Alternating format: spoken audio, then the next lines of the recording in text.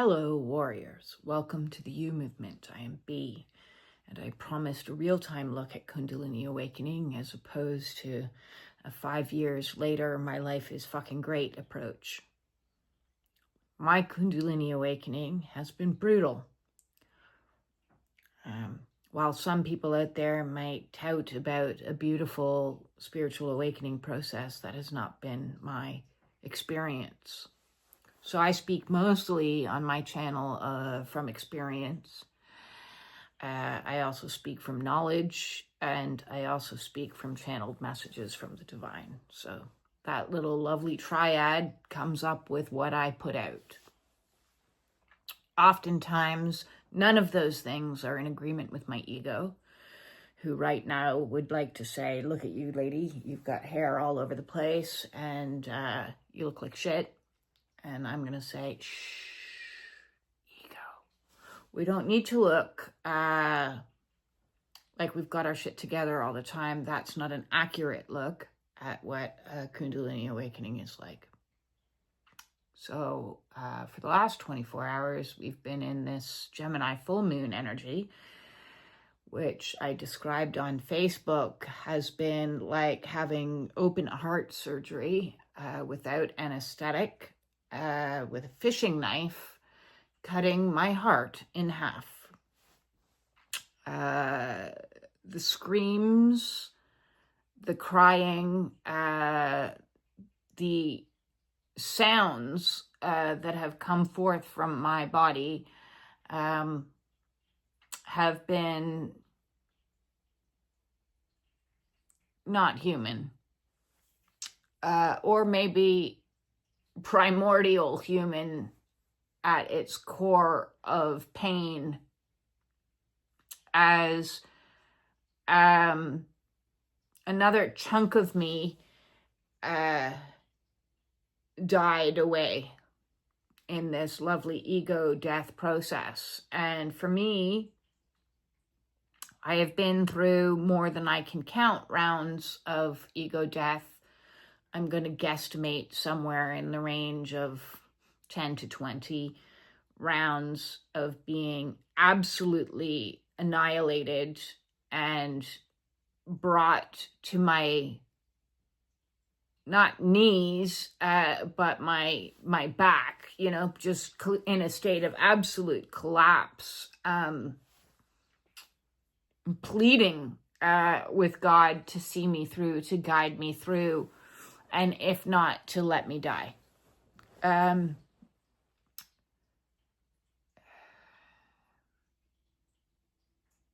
This awakening, this life that I have had, which you have seen a lot of through my 800 videos,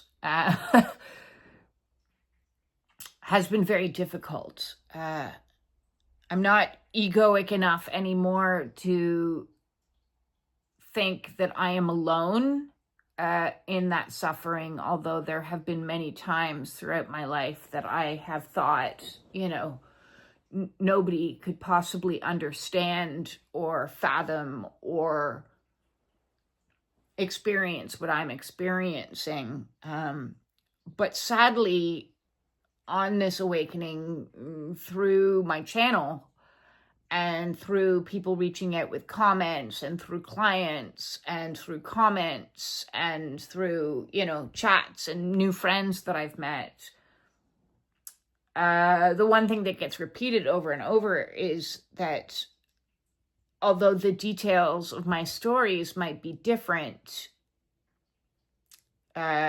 I have some capacity to tell people's stories. So in telling my story, I put words and vocabulary and expression to other people's suffering that they have themselves not been able to communicate. And that gives me a lifeline to hold on to throughout this entire awakening, when more times than not, in these rounds of dark destruction as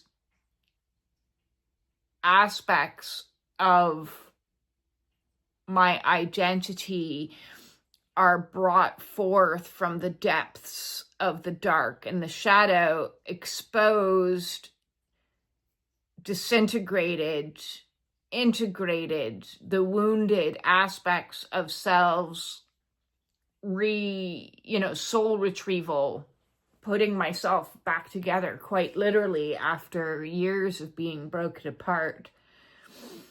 And there have been many times that I've laid in bed and just begged for it to be over. So trigger warning, today's video is a bit dark. But if we don't talk about this stuff, then people are going to think that they're going insane, or just face shit that's so hard. And I want to give a voice to that because, it's a full circuit when I know that my communicating my truth is helping you feel seen and heard, and then your commentary is coming back to me and helping me feel seen and heard. So it's this loop of healing through technology that is, I can't even imagine what it would have been like as, a monk in the 1500s going through this totally isolated, well, except for the fact they probably were, in a monastery and somebody was there taking care of them. I don't have a monastery or a guru or anyone really. I have me on this awakening process. And although I do have guides that I have and teachers that I've turned to get information, mostly from YouTube and joining some Kundalini groups, for the most part, I've had to navigate through this completely on my own because I don't have family. I lost family on through this process, or what I thought was family. But again, that's a thought. So I lost, all of my friends. Although I do have contacts, that I communicate. I don't have like social interaction friends, I'm not going to tea to somebody's house, every day or anything. So this awakening has really been my soul's journey through darkness and on my own. And I've had to do it on my own like that because what was modeled to me in my life growing up was so toxic that I have no healthy examples of, I did a video yesterday about the divine feminine or divine masculine. I had no examples of healthy feminine or healthy masculine energy. And I've done a couple videos, because what's been coming up the last couple days has been my connection, how I interconnect with masculine energy. And what became blaringly obvious as my heart was cut into this morning at about 5 a.m. Was that I kind of visualize it as my heart had developed like an extra chamber. And this extra chamber, this is spiritually speaking, obviously, not physically. But physically, I was feeling the pain. And in this chamber was where, and it grew over the years, it was where I shoved all of my false hope. And so I've lived my life in a state of false hope. And that false hope was exercised yesterday, completely cut off. And it needed to be. It was toxic, very, very toxic. Because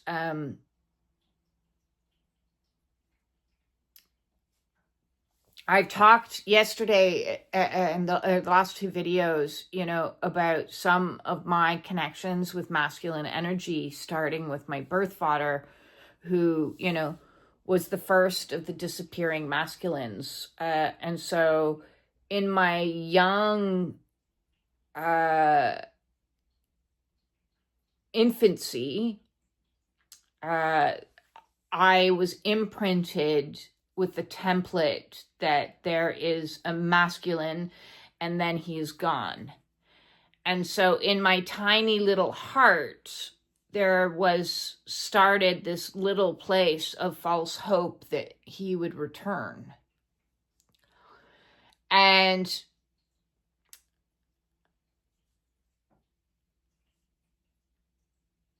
then I was adopted, and because my mother was,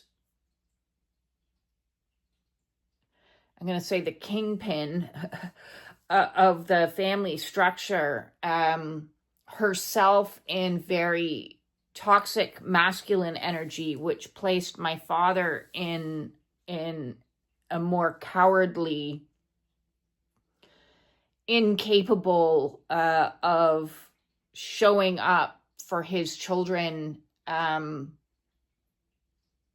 defend them, particularly me, from the abuse. Like he couldn't counter her. She said, do my bidding, and then he would do her bidding.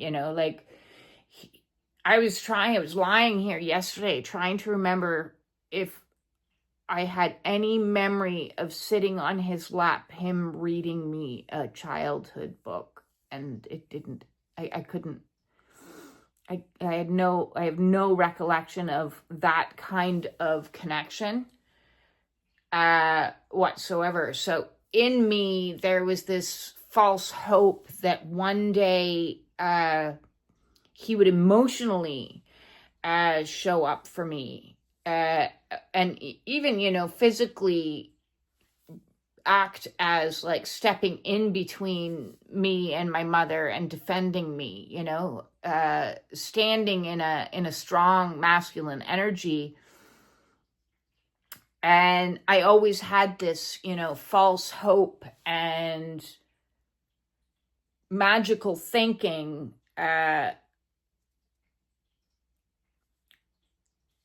that ignored the fact that he didn't do that and created a fantasy that he really actually,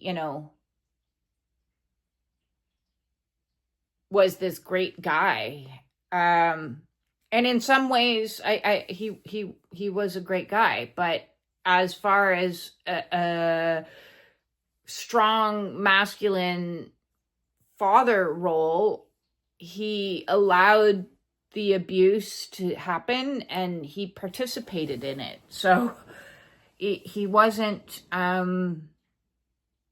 what I needed, but I allowed the fantasy overwrite the reality, thus growing this part in my heart that said, false hope. One day he's going to see me, or one day he's going to be proud of me. One day it's going to be, overt in his defense, because he would be sneaky, he would like sneak me a little wink or sneak me a little like nudge, but it was never like stop. Like it was never, he never got into a defensive role for me. So really the reality was he in a lot of ways was a coward. And this template of loving the disappearing man and loving the emotionally unavailable man set me up for a lifetime of falling in love with those energies and keeping this false hope,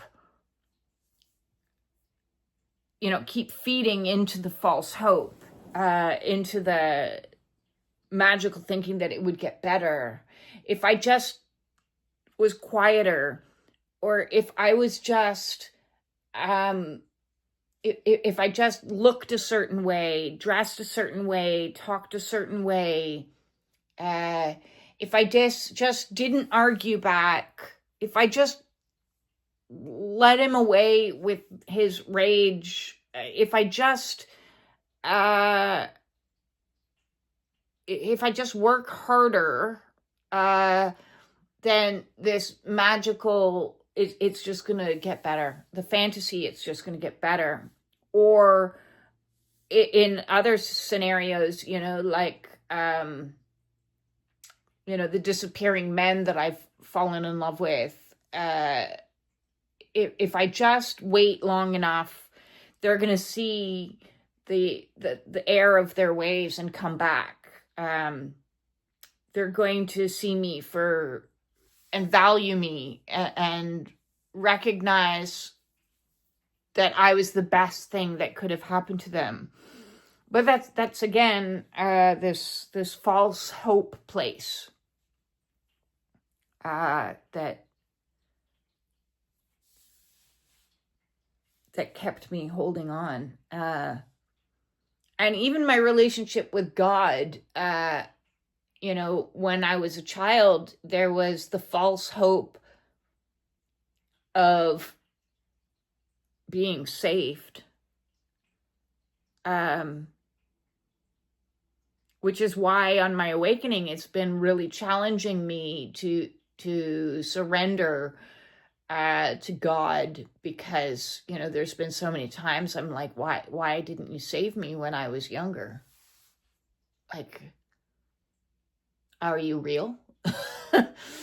And I've had many, it's been challenged to get faith after false hope.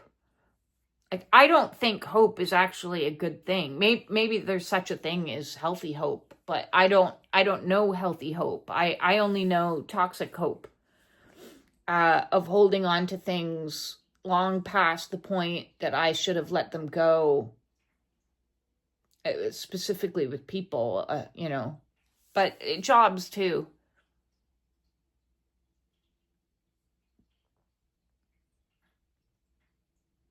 I always wanted to believe it could get better. And then when it didn't get better, because this became a toxic place, in this toxic place was the fantasy, the hope, that one day I could not be here anymore on this planet. And, I know psychology talks about it as in suicidal ideation. I don't like that term. I don't like a lot of the terms, because they don't fit. Because to me, it was a fantasy place. Like kids have the hope of going to Disneyland. I have the hope of going to heaven or going off this planet. Like, that was my hope. That was my toxic fantasy of, because there was no one that came in and saved me. There was no one that protected me. there was no one that came back to me after leaving me. It left such a void that the fantasy then became like, so it's all intermingled and gangrenous hope and a desire for the suffering to be over. And so last night I lay here, begging for God to take me. Like I'm ready. But God has other plans for me. I did have to surrender to that too, as in, at one point I was like, I should really get up and get my will and, write something on it just so it's prepared for when somebody finds me, because God's going to smite me any minute and take me. Ego death is dying. It's the dying of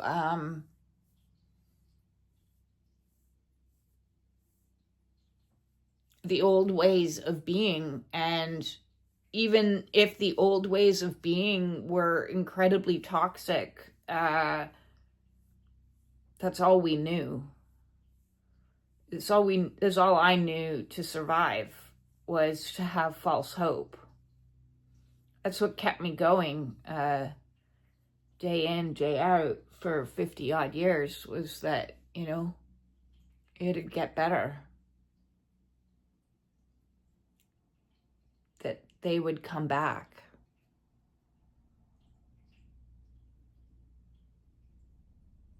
That's not something I can carry forward into this new version of whoever God wants me to be.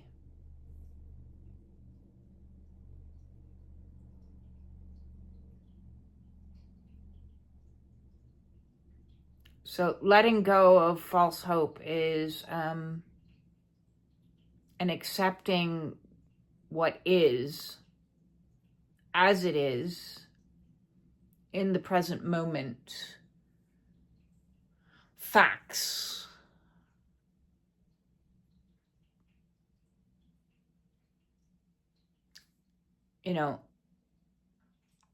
I gave my birth father a second chance to know me in my 30s. And he was still too in his own wounds to be able to show up. So moving forward in my life, I'm only able to accept people that show up, that don't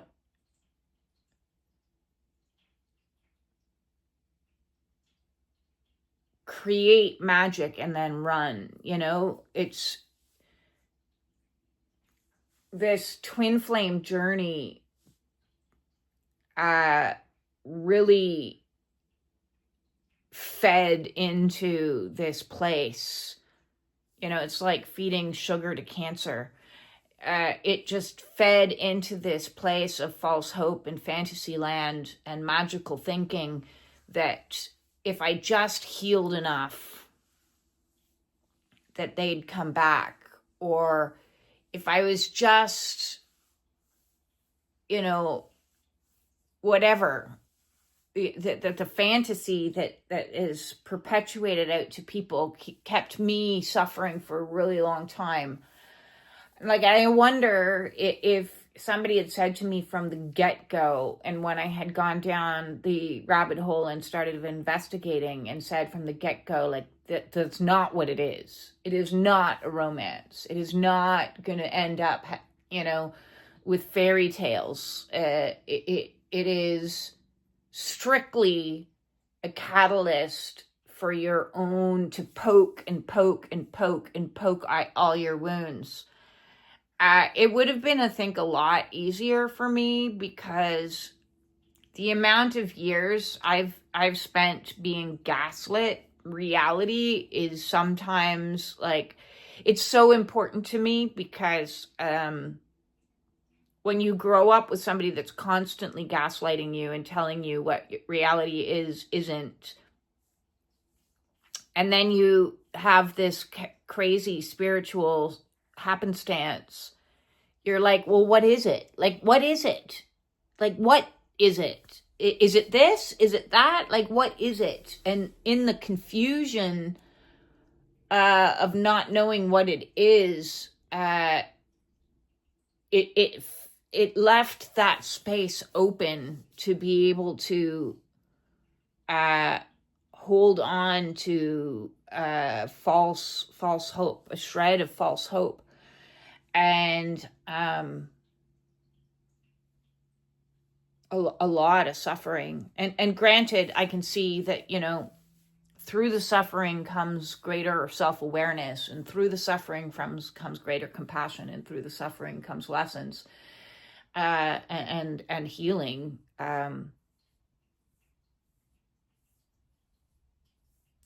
But at times it's so brutal that I just question, like, why does it have to be this brutal? And perhaps it's because it's the only way to rip off and spiritually surgically remove the coping mechanisms that we've installed in ourselves energetically to keep ourselves alive. So there's been many times on this awakening that it's felt like surgery in cutting off what no longer works anymore. And then when we cut that off, we're left with, well, now what do I do? And now who am I? And what's next? And it's overwhelming. And it's scary as fuck. And it's really painful.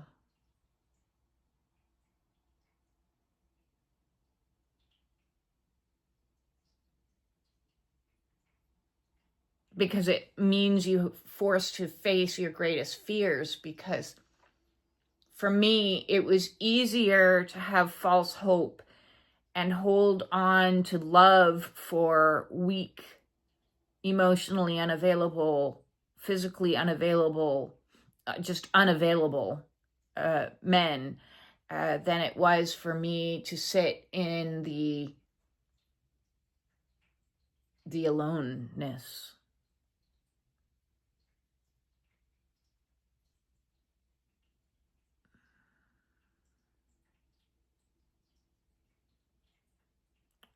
The reality is me minimizing myself, shrinking myself, twisting myself, masking myself, all the things that I did, all the false hope that I had, didn't actually get me what I wanted.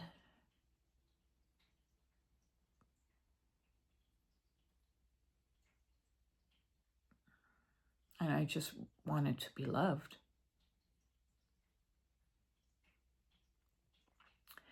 And so this awakening makes us sit with ourselves so that we can learn to love ourselves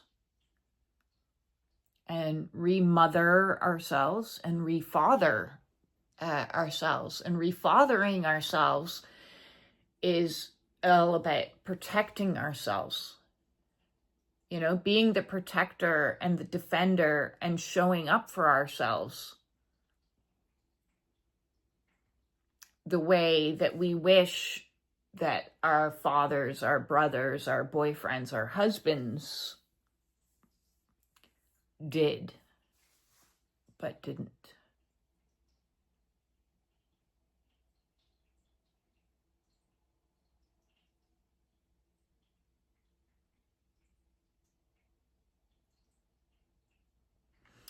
you keep digging deeper and deeper into the muck, and it's such a painful process.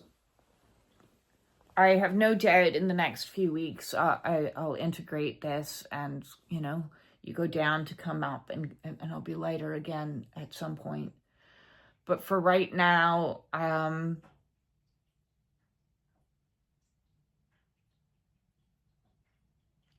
forgiving myself for having false hope.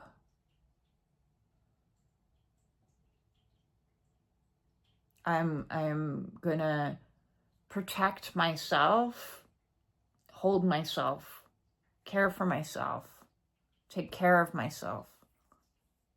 Like all of and sit in the lonely and the isolation, and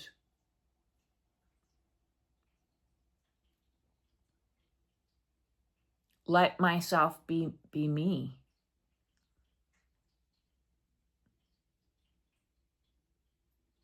The wounded me, the healed me, the mishmash of both intertwined me, the imperfect me, the feminine me, the masculine me, the inner child me, the heartbroken me.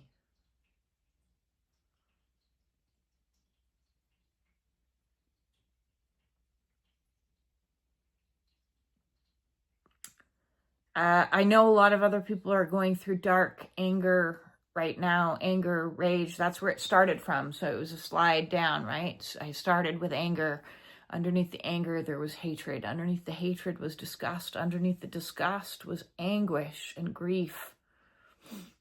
And underneath that was just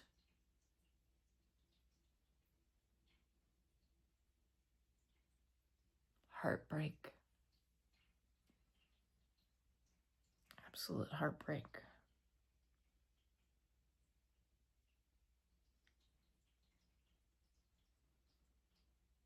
So I'm sitting with half a heart today.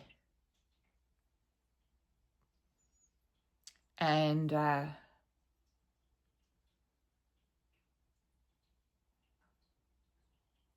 maybe we have to sometimes cut off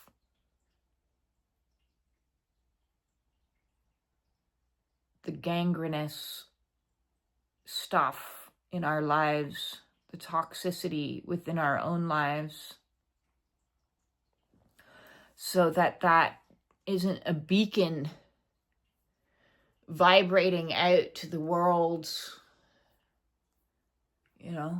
come be unemotionally available for me, and come abandon me, come walk away, come give me silence, is like a beacon.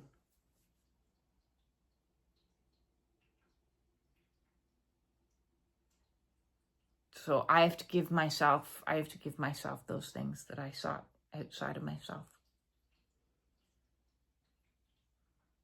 No abandoning ourselves, loving ourselves in the broken, protecting ourselves in our vulnerability, being courageous,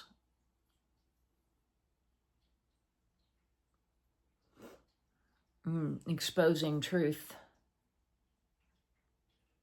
regaining our humanity.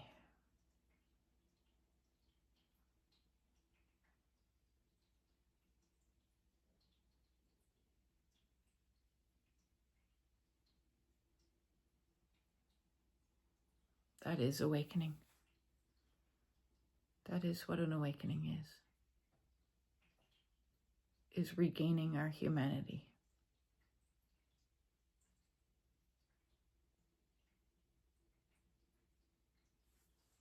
All from within.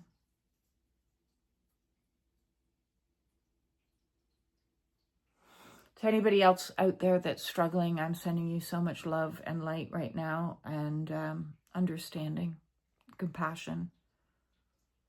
If I can leave you with one message, it's that you forgive yourself for whatever abnormal coping mechanisms your inner child created to survive, because that is, in fact, how we survived. That is. Peace and